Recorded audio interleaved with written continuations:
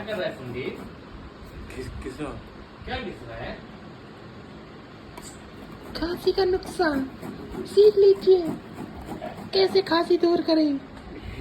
खांसी भगाइए सिर्फ 5 मिनट में। लीजिए गुड्डू भैया का नुस्खा।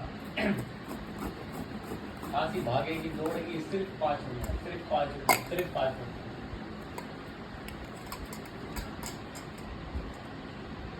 आराम से तसा हुआ है ऐसे दीदी।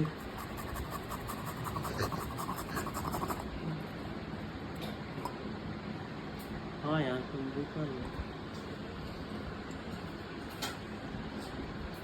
सही बोल रहा था तू भाई।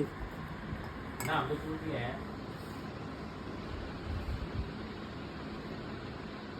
यही बोल रहा था ना, देख है ना। हाँ।